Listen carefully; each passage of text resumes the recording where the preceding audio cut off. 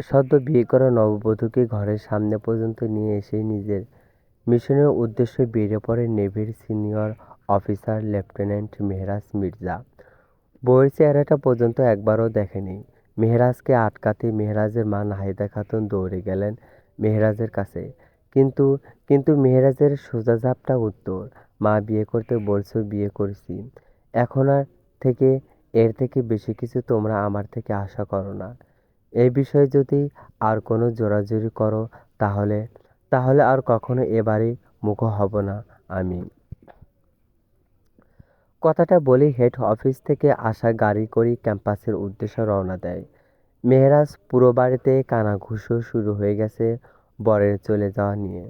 আত্মীয় স্বজনদের শুরু করে পাড়া প্রতিবেশী নানা রকমের কথা বলছেন এইভাবে, মেয়েটার মুখ না দেখেই বর চলে গেল। নিশ্চয় মেয়েটার মধ্যে কোনো সমস্যা আছে। আরে, মেয়েটাকে দেখতে অতটা ভালো না। নিশ্চয় মেহেরাজের পছন্দ হয়নি, তাই তো ফেলে চলে গেছে। কি দেখে যে অমন সুন্দর একটা ছেলের সাথে এরকম একটা মেয়ের বিয়ে দিল কে জানে। এরকম আরও নানা আলোচনা সমালোচনা চলছে সবার মাঝে। আর আর এসব কিছুর মূল হর্তা হচ্ছেন আসিয়া রহমান, অর্থাৎ মেহেরাজের খালা। তিনি সবার মাঝে মেহেরাজের চলে যাওয়ার কথাটা ছড়িয়ে দিয়েছেন। মেহেরাজের চলে যাওয়ার খবরটা শ্রেয়সীর কানেও এসেছে। শ্রেয়সী, সে যে বর্তমানে লাল বেনারসি, সারা গায়ে গয়না, মাথায় ঘোমটা, হাতে মেহেদি নিয়ে বসে আছে মেহেরাজের ঘরে। কিন্তু আফসোস, যার জন্য এত সাজ সে একেবারের জন্য দেখল না। মেহেরাজের ঘরটা খুব সুন্দর করে বিভিন্ন রকমের ফুল, ফেরি লাইট দিয়ে সাজানো। শ্রেয়সীর সামনে থাকা ড্রেসিং টেবিলের আয়নায় একবার তাকালো। মুখে তেমন কোনো কৃত্রিম মেকআপের আস্তরণ নেই। শুধু ঠোঁটো লিপস্টিক আর কপালে একটা কালো টিপ। এইটুকু সাজেই শ্রেয়সীকে অসম্ভব সুন্দর লাগছে। শ্রেয়সীর চোখ বেয়ে এক ফোঁটা নোনা জল গড়িয়ে পড়ে। এইভাবে লোকটা ওকে অপমান করলো কেন? কেন এভাবে অপমান করলো? শ্রেয়সী কি দোষ? কথাগুলো ভেবেই পুনরায় ফুঁপিয়ে উঠল শ্রেয়সী। ড্রয়িং রুম থেকে বসে আছে নাহিদা খাতুন, নিলয় মির্জা, আসিয়া রহমান, মোস্তফা রহমান, শারমিন খাতুন আর হাসান সাহেব। মেহেরাজের বাবা নিলয় মির্জা চিন্তিত গলায় বলে উঠলেন, আমি আমি কখনো ভাবতেই পারিনি যে আমার ছেলে মেহেরাজ এমন একটা কাজ করবে। পুরো সমাজ পরিবার সবার সামনে আমার মাথা নিচু করে দিল। এরকম একটা কাজ করার আগে একবারও আমাদের কথাটা ভাবলেও না ও। নিলয় সাহেবের কথা শুনে মেহেরাজের দাদা হাসান সাহেব বলে ওঠে, এর কি দোষ? তোরা সবাই তো জোর করে বিয়েটা দিলি, তাও আবার নাহিদার মিথ্যা অসুস্থতার নাটক করে।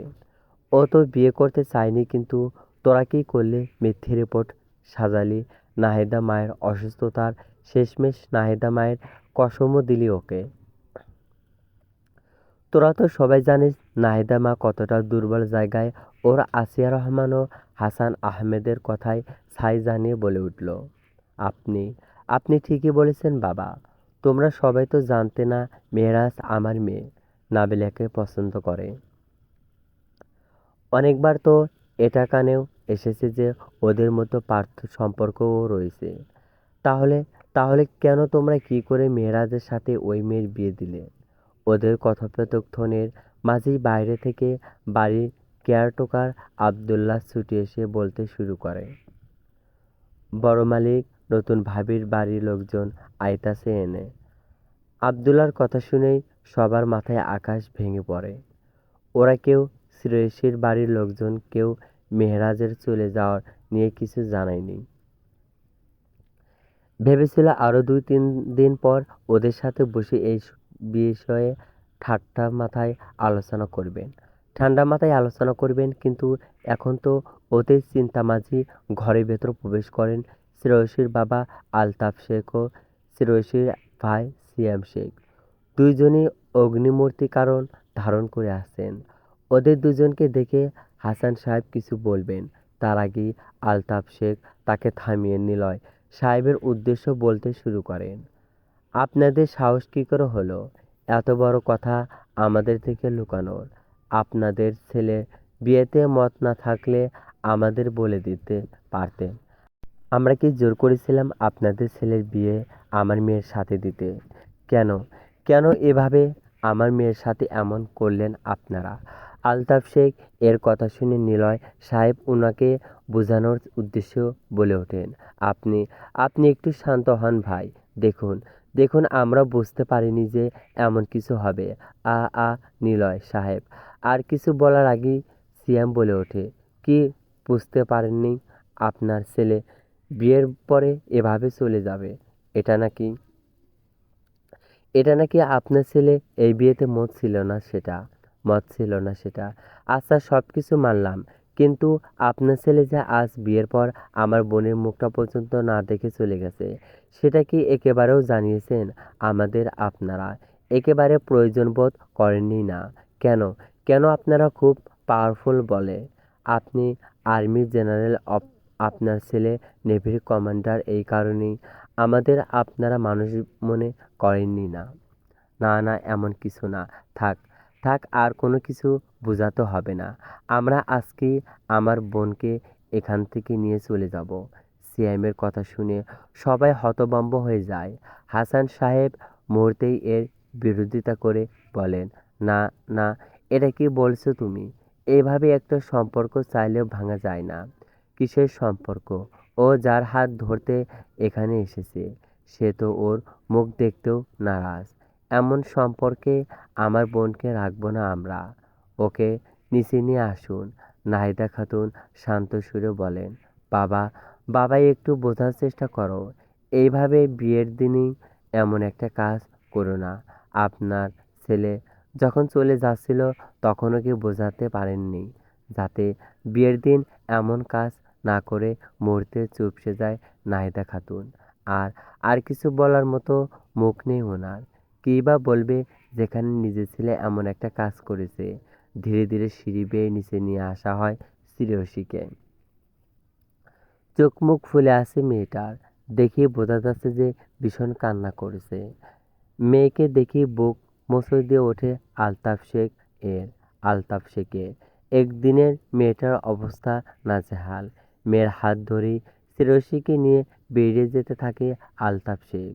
ঘরের চৌকাঠ পেরোনোর সময় শ্রেয়সীর চোখের সামনে ভাসতে থাকে ঘরে প্রবেশ করার দৃশ্যটি। পেছনে দুদিন পরেও শ্রেয়সীর বাড়ির পরিস্থিতি থমথমে। এখন সময়কাল ৯টা। শ্রেয়সী হাতে নিয়ে বসে আছে ডিভোর্স পেপার, যেটা মেহেরাজের বাড়ি থেকে এসেছে। কাগজটায় জ্বলজ্বল করছে টানা টানা লেখা মেহেরাজ মির্জা সাইনটা। সাইনটার দিকে এক দৃষ্টিতে তাকিয়ে আছে শ্রেয়সী। এখানে মেহেরাজের সাইন আছে, তার মানে মেহেরাজ এখানে এসেছে আর তারপরই এই সাইন করেছে। আর নয়তো যেখানে গেছে সেখান থেকেই এই ডিভোর্স পেপার পাঠিয়েছে শ্রেয়সীর জন্য। এত তাড়া কিসের বিয়েটা ভেঙে দেওয়ার? শ্রেয়সী তো চলেই এসেছিল ওখান থেকে, শুধু নামটাই জুড়ে ছিল অচেনা মানুষটার সাথে। সেটা নিয়েও এত সমস্যা। শ্রেয়সীর ভাবনার মাঝে সিয়াম শ্রেয়সীর মাথায় হাত রেখে বলে, বনু বনু সাইনটা করে দে। এই অসুস্থ সম্পর্কটা থেকে মুক্তি পাবি তুই। সিয়ামের কথাটা শুনে শ্রেয়সীর বুকের ভেতর মোচড় দিয়ে ওঠে। কাঁপা কাঁপা হাতে কলমটা তুলে নেয় শ্রেয়সী। সাইন করতে করতে চাইলেও হাত কেঁপে ওঠে শ্রেয়সীর। বুকের ভেতর রক্তকরণ হচ্ছে প্রচুর। তারপরেও কাঁপা কাঁপা হাতে সই করে দেয় শ্রেয়সী। শেষ হয়ে যায় একটি সম্পর্ক। কিন্তু সত্যি কি শেষ নাকি শুরু হতে চলেছে নতুন গল্পের? কেটে গেছে কয়েক মাস। এই কয়েক মাসে বদলে গেছে অনেক কিছু। বদলেছে শ্রেয়সীর জীবন, বদলেছে এর সমীকরণ। স্কুলের গণ্ডি পেরিয়ে কলেজে উঠতেই শ্রেয়সী, যখন ওর বিয়ে হয়েছিল তখন ছিল ১০ম শ্রেণীতে। দেখতে দেখতে স্কুল জীবন শেষ। এসএসসি পরীক্ষার রেজাল্ট মোটামুটি ভালোই হয়েছে শ্রেয়সীর। শ্রেয়সীর জীবনে পুরনো ঘটনা থেকে বেরিয়ে আসতে পেরেছে, যদিও জিনিসটা ওর জন্য অতটা সহজ ছিল না। কিন্তু কিন্তু জীবন তো আর কারোর জন্য থেমে থাকে না। ঠিক তেমনই শ্রেয়সীর জীবনও থেমে নেই। হ্যাঁ, এটা সত্যি। শ্রেয়সী এখানে ওই মানুষটাকে পুরোপুরি ভুলতে পারেনি। কিন্তু ও বিশ্বাস করে যখন এতটা নিজেকে সামলাতে পেরেছে, তাহলে তাহলে একদিন নিশ্চয় ওই মানুষটাকেও ঠিক ভুলে যাবে শ্রেয়সী। যার শ্রেয়সীকে দরকার নেই, শ্রেয়সীও তার দরকার নেই। হ্যাঁ, শ্রেয়সীর পরিবারের বিয়েটা নিয়ে এখন আর কোনো রকম কথাবার্তা হয় না। এখন এই বাড়িতে ওই বিয়ের কথা তোলাও নিষেধ। যে সমস্ত বিয়ের চিহ্ন ছিল, বিয়ের কাণ্ড, ওই বাড়ি থেকে দেওয়া শ্রেয়সীকে সোনার বাংলা, সোনার বালা, নাকফুল, চেইন সব ডিভোর্স পেপারের সাথে আলতাফ শেখ ওই বাড়ি পাঠিয়ে দিয়েছে। শ্রেয়সীকে এখন তার পরিবার একটা নতুন জীবন দিতে চায়, আর তাই তারা সিদ্ধান্ত নিয়েছে শ্রেয়সীকে নামকরা কলেজে ভর্তি করাবে। যদিও শ্রেয়সী রাজি ছিল না। তবে যখন শ্রেয়সীর প্রিয় বান্ধবী উরু ভর্তি হয়, তখন শ্রেয়সীও ভর্তি হয় চট্টগ্রাম নৌবাহিনী স্কুল অ্যান্ড কলেজে। সকাল থেকেই শ্রেয়সীর বাস্তবতা আকাশ ছোঁয়া।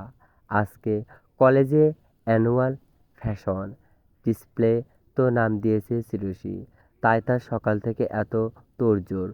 যদিও ইরো দিয়েছে, তবে ইরো এসব নিয়ে কোনো চিন্তা নেই। যত চিন্তা সব শ্রেয়সীর।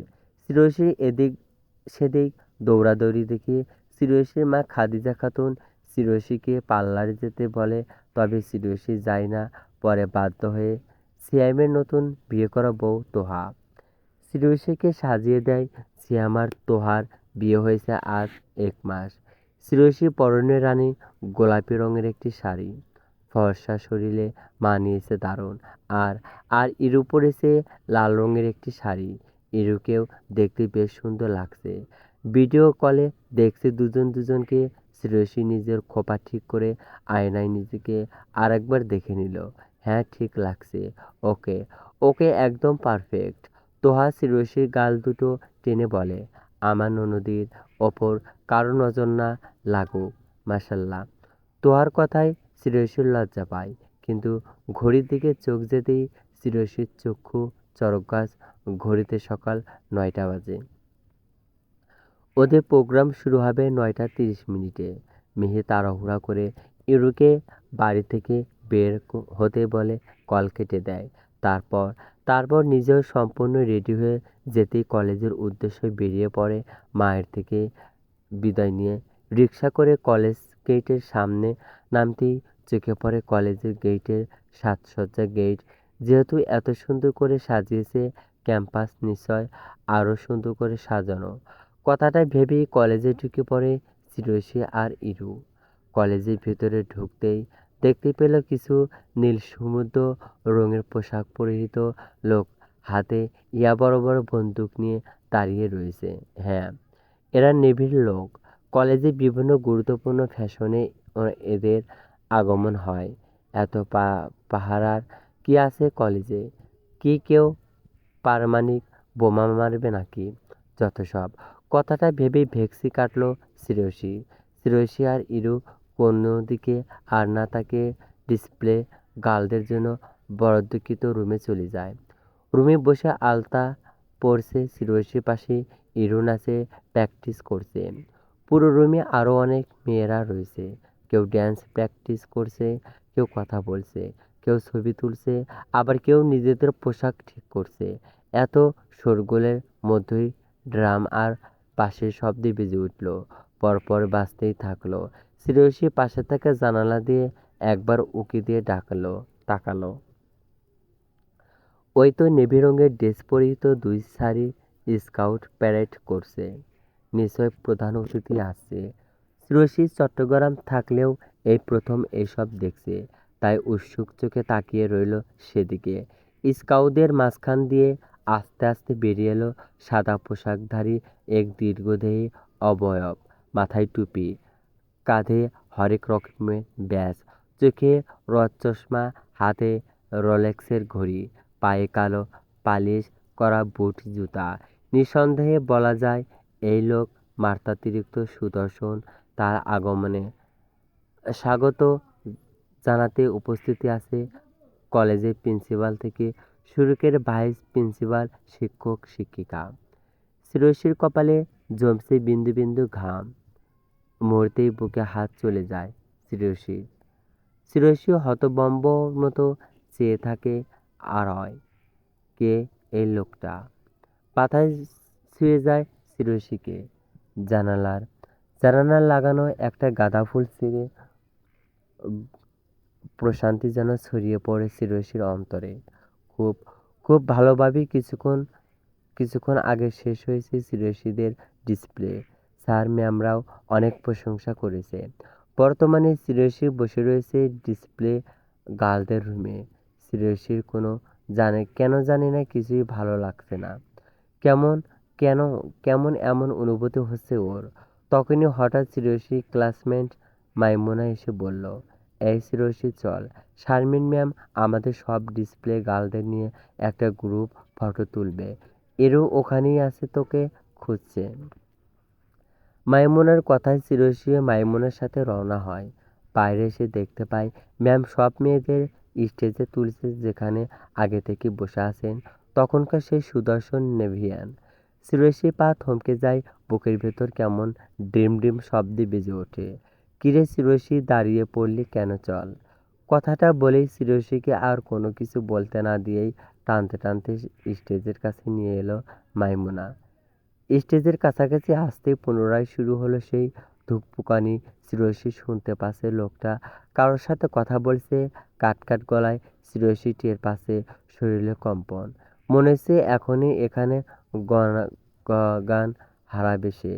শ্রেয়সী দেখে লোকটা কেউ একজনের সাথে বেশ সম্মতিভাবে হেসে কথা বলছে। শ্রেয়সী যেন মুগ্ধ হয়ে যায় সেই হাসিতে।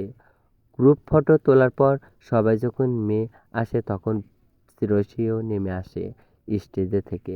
তবে হঠাৎ কিছু একটা মনে পড়তেই স্টেজে উঠে এদিক ওদিক তাকিয়ে খুঁজতে শুরু করে। এই শ্রেয়সী, কি খুঁজছিস? এরও কথায় শ্রেয়সী চিন্তিত কণ্ঠে বলে, আমার একটা নূপুর কোথায় হারিয়ে গিয়েছে, তুই একটু দেখ না ইরু। গত সপ্তাহে আব্বু কিনে দিয়েছিল ওটা। ইরু শ্রেয়সীর কথা শুনে শ্রেয়সীর পায়ের দিকে লক্ষ্য করতেই দেখে শ্রেয়সী এক পা খালি। আচ্ছা দাঁড়া দেখছি। কথাটা বলে ইরিও খুঁজতে শুরু করে। শ্রেয়সীর নূপুর খুঁজছিল, তখনই কানে আসে এক গম্ভীর ভরাট পুরুষালী কণ্ঠ, এই মেয়ে। শ্রেয়সী কণ্ঠ অনুসরণ করে পাশে তাকাতে দেখতে পায় সেই নেভিয়ানকে, যে দাম্ভিকতার সাথে পকেটে হাত দিয়ে দাঁড়িয়ে আছে। লোকটাকে দেখতে পেতেই পুনরায় শুরু হয় বুকের ধুকপুকানি, শুরু হয় শরীরে কম্পন। শ্রেয়সীকে তার দিকে একদৃষ্টিতে তাকিয়ে থাকতে দেখে মেহরাজ এক পা এগিয়ে শ্রেয়সীর সামনে এসে বলে, কোন ক্লাসে? শ্রেয়সী কাঁপা কাঁপা কণ্ঠে বলে, আমাকে বলছেন। আমার কি মনে হয় শ্রেয়সী আর কিছু বলবে, তখনই কোথা থেকে ইরু এগিয়ে আসতে আসতে বলল, এই শ্রেয়সী, কার সাথে কথা বলছিস? শ্রেয়সী কাছাকাছি আসতেই সামনের লোকটাকে দেখে আশ্চর্য হয়ে গেল ইরু। এত আজকের অনুষ্ঠানের প্রধান অতিথি, এনার সাথে শ্রেয়সী কি কথা বলছিল? ইরু মেহরাজের দিকে তাকিয়ে শ্রেয়সীর হাত ধরে বলল, শ্রেয়সী চল, পরে খুঁজে নেব। কথাটা বলে শ্রেয়সীর হাত ধরে নিয়ে চলে গেল ইরু। ওরা চলে যেতেই পকেট থেকে একটা পায়েল বের করে সেটা উপরে তুলে আবারও হাতের মুঠোয় এনে মেহরাজ বিড়বিড় করল, শ্রেয়সী। শ্রেয়সী কোথায় যেন নামটা শুনেছি আমি আগেও একবার। বাড়ি এসে নিজের ঘরে শুয়ে আছে শ্রেয়সী। বারবার বারবার কলেজের সেই লোকটা লোকটার প্রতিচ্ছবি মনে পড়ছে। কতই বোকা না শ্রেয়সী! লোকটার সামনে কেমন বোকার মতো আচরণ করেছে। এখন এখন সেগুলো ভাবলেই শ্রেয়সীর নিজের ওপর রাগ লাগে। শ্রেয়সী ভাবনার মাঝেই দরজায় খাবারের প্লেট নিয়ে এসে দাঁড়ায় তোহা, তারপর বলে, শ্রেয়সী আসবো। শ্রেয়সী আসবো হুমভাবে আসো। আসো তার আবার জিজ্ঞাসা করার লাগে। তোহা হেসে ভেতরে ঢোকে। শ্রেয়সী বিছানায় উঠে বাবু হয়ে বসে। তোহা শ্রেয়সীর সামনে খাবারের প্লেট রেখে বলে, তো আজ অনুষ্ঠান কেমন উপভোগ করলেন বললে না তো? অনেক ভালো, কিন্তু কিন্তু আবার কি? শ্রেয়সী এবার একটু মন খারাপ করে বলল, আব্বু আব্বু কিনে দেওয়া নতুন নূপুরটা হারিয়ে গেছে। কত করে খুঁজেও পেলাম না, ভাবি কিভাবে। যখন স্টেজে ছিলাম তখন ছিল, কিন্তু নেমে আসার পর আর দেখি নেই। ইরু ইরু আর আমি কত খুঁজলাম, ম্যামকেও বলেছি, তবে পাইনি। এখন আব্বুকে বললে আব্বু কষ্ট পাবে। দূর বোকা, আব্বু কিছুই বলবে না, কারণ আব্বু জানে আমাদের চিরসী ইচ্ছা করে হারায়নি। কথাটা বলে তোয়া হাসলো। তার সাথে সিয়ামের বিয়ের পর ভেবেছিল তার শ্বশুর বাড়ি কেমন হবে, তার ননদ দেবর কেমন হবে, সব কিছু ভেবে ভয় পেত। কারণ তার বড় বোনের শ্বশুর বাড়ির লোক খুব খারাপ। তার বোনের গায়ে তার দুলাভাই হাত তুলতো। কিন্তু এই বাড়িতে আসার পর তোহার ভাবনা কেটে গেছে। আলতাফ শেখ আর খাদিজা খাতুনের মতো শ্বশুর শাশুড়ি নামক বাবা মা পেয়ে সে গর্বিত। আর চিরসীকে নিজের আপন ছোট বোনের মতো দেখে।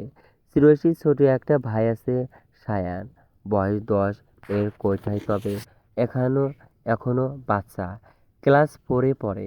সেও ভাবি বলতে পাগল। তোহা নিজেকে ভাগ্যবতী মনে করে এমন একটা শ্বশুর বাড়ি পেয়েছে। প্রবল ঠান্ডা, দিগন্ত বাতাস চারিপাশে, পাখিরা উড়ছে আকাশে। চট্টগ্রাম বন্দরে নির্দিষ্ট একটা জাহাজের একদম কিনারা দাঁড়িয়ে আছে লেফটেন্যান্ট কমান্ডার মেহরাজ মির্জা। সামনে নীল সমুদ্রের উত্তাল জলরাশি।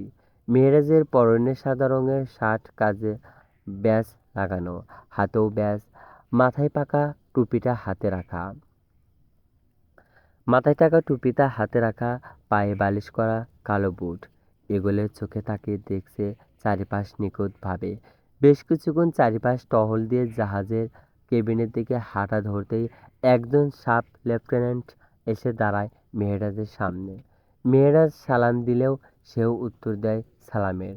তারপর তারপর লোকটা মেহেরাজের সাথে হেঁটে আবারও জাহাজের কিনারায় এসে দাঁড়ায়। প্রবল বাতাসে মেহেরাজের চুল উড়ছে। লোকটার বেশ কিছুক্ষণ চুপ থেকে বলল, স্যার, স্যার ছুটিতে যাবে না এবার? কিরে ছুটি? এই মিশন সাকসেসফুল হওয়ার পর প্রায় 3 মাসের ছুটি দেওয়ার কথা ছিল, সেটা তো এপ্রুভ হয়ে গেছে আর আমার বিয়ের পারমিশন ও দিয়ে দিছে। আপনি কবে বিয়ে করবেন স্যার? মেয়েরাজের সামনে থাকা ছেলেটার নাম অনয়ন। ছেলেটা বেশ হাসি খুশি মিশুক প্রকৃতির। মেয়েরাজ যদিও গম্ভীর চুপচাপ প্রকৃতি, তবুও অনয় তার বেশ লাগে। সবাইকে সম্মান করে ছেলেটা। মিশনে থাকা কালীন মেহেরাজের সাথে যোগাযোগ হয় অনয়নের প্রথম এমন বড় একটা মিশন ছিল। মেহেরাজের টিমের সাথে অনয়ের কথায় মেহেরাজ প্রতিউত্তর করে না, কিন্তু মনে পড়ে যায় প্রায় 8 মাস আগে তার বিয়ে করে রেখে আসা মেয়েটার কথা। নাম মাত্র স্ত্রী ছিল। তার মুখটাও দেখার সুযোগ হয়নি। সে কি এখনো আছে? নিজের ভাবনায় মেহেরাজ নিজেই বিরক্তি হয়। এই 8 মাসে একবার ছুটি পেয়েছিল, বিশেষ কোনো ডেতে, তবে মেয়েরাজ ছুটি গ্রহণ করেনি। কিন্তু এবার অনেকদিন পর বাড়িতে যাবে। কতদিন হয়ে গেল বাড়ির সাথে কারো যোগাযোগ হয় না। বিকাল 5:30। ইরুর সাথে রাস্তার ফুটপাত দিয়ে হাঁটছে আর ঝালমুড়ি খাচ্ছে চিরসী। প্লিজ চ্যানেলটি সাবস্ক্রাইব করবেন, ভিডিওটি শেয়ার করবেন। অবশ্যই চ্যানেলটি সাবস্ক্রাইব করবেন, ভিডিওটি শেয়ার করবেন। চ্যানেলটি সাবস্ক্রাইব করলে পরবর্তী পর্ব দ্রুত আপলোড করার চেষ্টা করব। ধন্যবাদ সবাইকে।